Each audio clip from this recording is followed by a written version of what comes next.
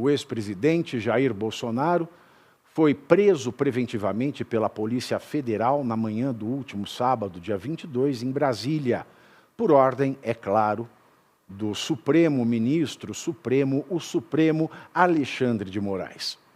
A Polícia Federal alegou risco à ordem pública e de fuga de Bolsonaro durante uma vigília que foi convocada pelo senador Flávio Bolsonaro na frente do condomínio do pai. Na decisão em que autorizou a prisão, Moraes também citou que Bolsonaro violou a tornozeleira eletrônica por volta da meia-noite, mais especificamente aos 8 primeiros minutos do sábado, com a intenção de fugir. Mesmo sem ser denunciado, o ex-presidente estava em prisão domiciliar desde o início de agosto, no âmbito do inquérito para apurar a atuação de seu filho Eduardo Bolsonaro nos Estados Unidos, com o objetivo de interferir no resultado do processo da suposta trama golpista, ao qual ele recebeu a condenação, à exceção do voto do ministro Luiz Fux. Na sexta-feira passada, véspera de ser preso preventivamente pela Polícia Federal, Jair Bolsonaro recebeu a visita de 4 dos seus 5 irmãos: Vânia, Solange, Denise e Guido. O único que não participou da visita foi Renato Bolsonaro. Segundo o colunista Igor Gadelha, Bolsonaro jantou sopa com os irmãos e também com 2 de seus cunhados, sendo um deles Eduardo Torres, que é tratado como irmão por Michele, além da filha mais nova, Laura. Inclusive, Guido Bolsonaro, Eduardo Torres e Laura estavam na casa na hora em que os policiais chegaram para prender Bolsonaro antes das 7 horas da manhã do sábado. Na audiência de custódia que sucedeu à prisão de Bolsonaro, e é interessante notar que a audiência de custódia que aconteceu em mais de 24 horas depois do recolhimento, né? Sendo que a lei diz que tem que ser até 24 horas, Ela não dá alternativa, mas é o STF, eles podem tudo, né? Que aconteceu ontem, domingo, dia 23, Bolsonaro disse, nessa oportunidade, que a tentativa de avariar a tornozeleira eletrônica aconteceu por conta de um surto e certa paranoia relacionados ao uso de medicamentos, negando qualquer motivação de fuga. Bolsonaro citou uma alucinação de que tinha alguma escuta na tornozeleira e que usou um ferro de solda para tentar abrir a tornozeleira, mas que abandonou a tentativa depois de cair em razão, comunicando que havia feito aos agentes. Aliás, a violação da tornozeleira, segundo a imprensa, agrava a situação de Bolsonaro e diminui as chances para que ele consiga o benefício da prisão domiciliar nos autos da ação penal da trama golpista.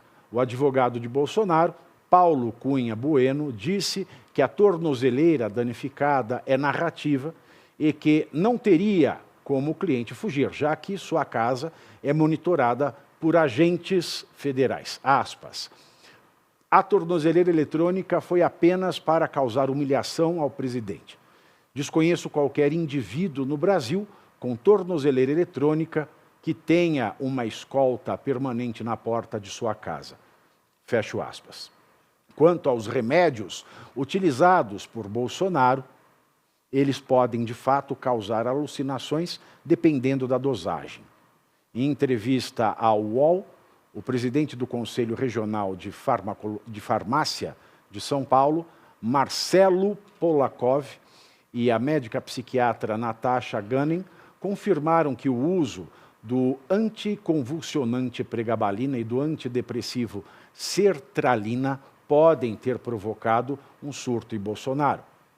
E um relatório feito por médicos de Bolsonaro diz que o ex-presidente passou, na noite de sábado, por um quadro de confusão mental e alucinações, possivelmente induzido pelo uso irregular da pregabalina, administrado, aspas, sem o conhecimento ou consentimento da equipe responsável. Essa reação levou à suspensão do remédio, segundo o mesmo documento, aspas, sintomas residuais até o momento. E hoje, por unanimidade, por 4 votos a 0, já que a primeira turma hoje é composta por 4 e não 5 ministros, a primeira turma do STF decidiu manter a prisão preventiva de Bolsonaro. Na votação, os motivos alegados pelos ministros sinalizam que o ex-presidente não deve retornar à prisão domiciliar tão cedo. Dino e Moraes, por exemplo, que foram os únicos que votaram, já que Carmen Lúcia e Cristiano Zanin Martins acompanharam o voto do relator, mas Dino e Moraes citaram desrespeito às medidas cautelares. Os ministros também consideraram que a atitude de Bolsonaro de tentar violar a tornozeleira foi intencional e consciente, ignorando a tese e os pareceres médicos de que o ex-presidente estava em alguma espécie de surto psiquiátrico.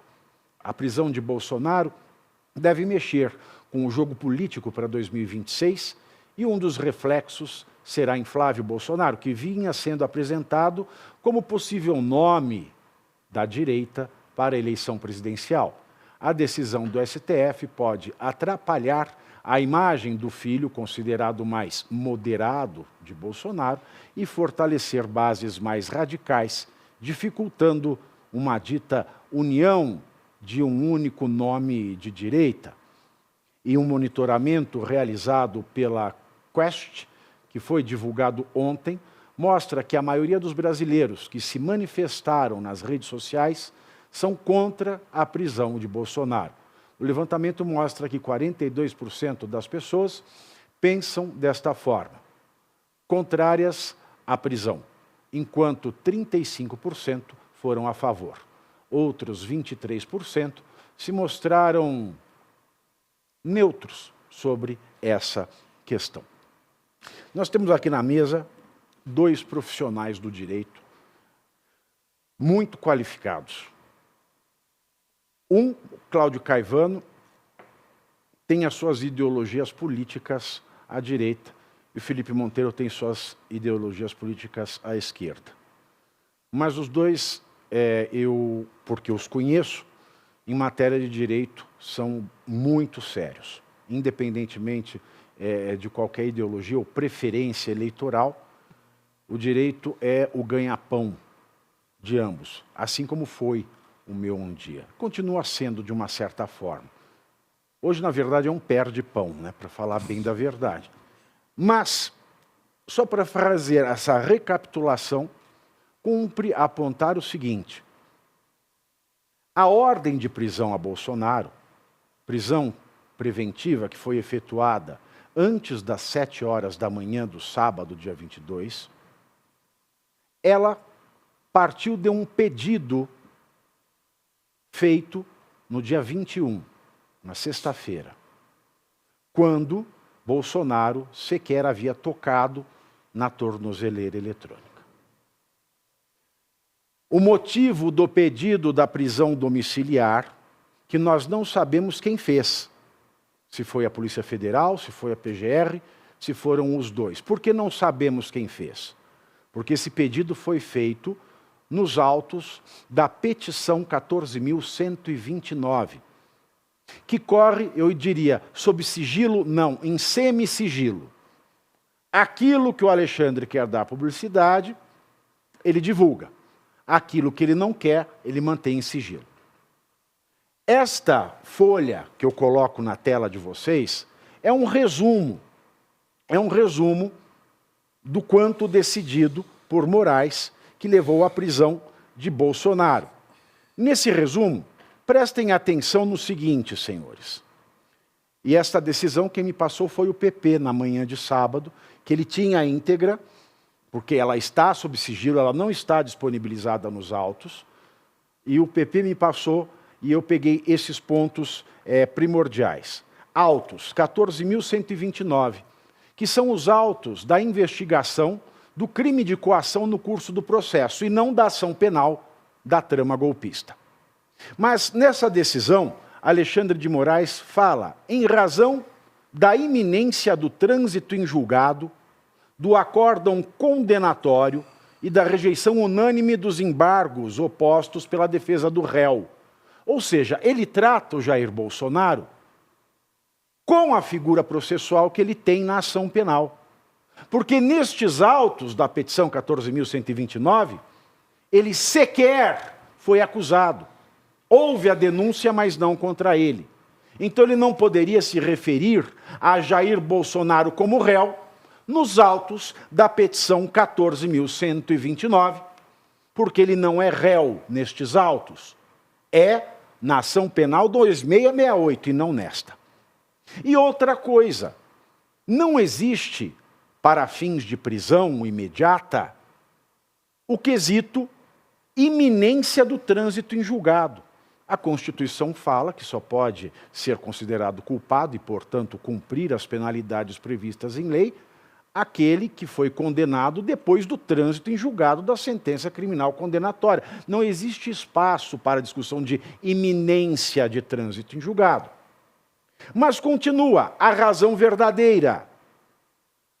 Convocação para a referida vigília. Indica tentativa da utilização de apoiadores que pretende reviver os acampamentos ilegais que geraram o deplorável 8 de janeiro. Ou seja, ele proíbe, nesta decisão, a liberdade de reunião, fundamentando a proibição de reunião com base em presunção de culpa. A Constituição brasileira manda que a regra, sem exceção, seja a presunção de inocência. E o que ele faz é proibir o exercício de um direito legítimo e fundamental da liberdade de reunião com base na presunção de culpa. E, por fim, ele menciona organização criminosa e coloca Flávio Bolsonaro como um possível chefe de uma organização criminosa que ainda existe para atacar a democracia, o Supremo e aquelas churumelas todas. Pode tirar essa folha? Então, ele deu esta decisão, que já estava pronta, com base no pedido do dia 21, quando Bolsonaro sequer tinha tocado na tornozeleira eletrônica. Ela foi editada, tanto que a tornozeleira eletrônica, ela aparece apenas a partir do final da página 14 de um documento de 17 páginas, iniciando esse tema com um além disso. Ou seja, o pedido que embasou foi com base numa vigília e com base na presunção de culpa do regular exercício de um direito fundamental. Ora, a tornozeleira foi a cereja do bolo. Aí muita gente diz, Bolsonaro ter usado um ferro de solda na tornozeleira enfraquece o bolsonarismo. Ora, teria razão essa informação se e somente se a medida cautelar fosse legítima. E seria legítima se ela fosse dada nos autos da ação penal, na qual está, como diz ele, iminente o trânsito em julgado da sentença penal condenatória.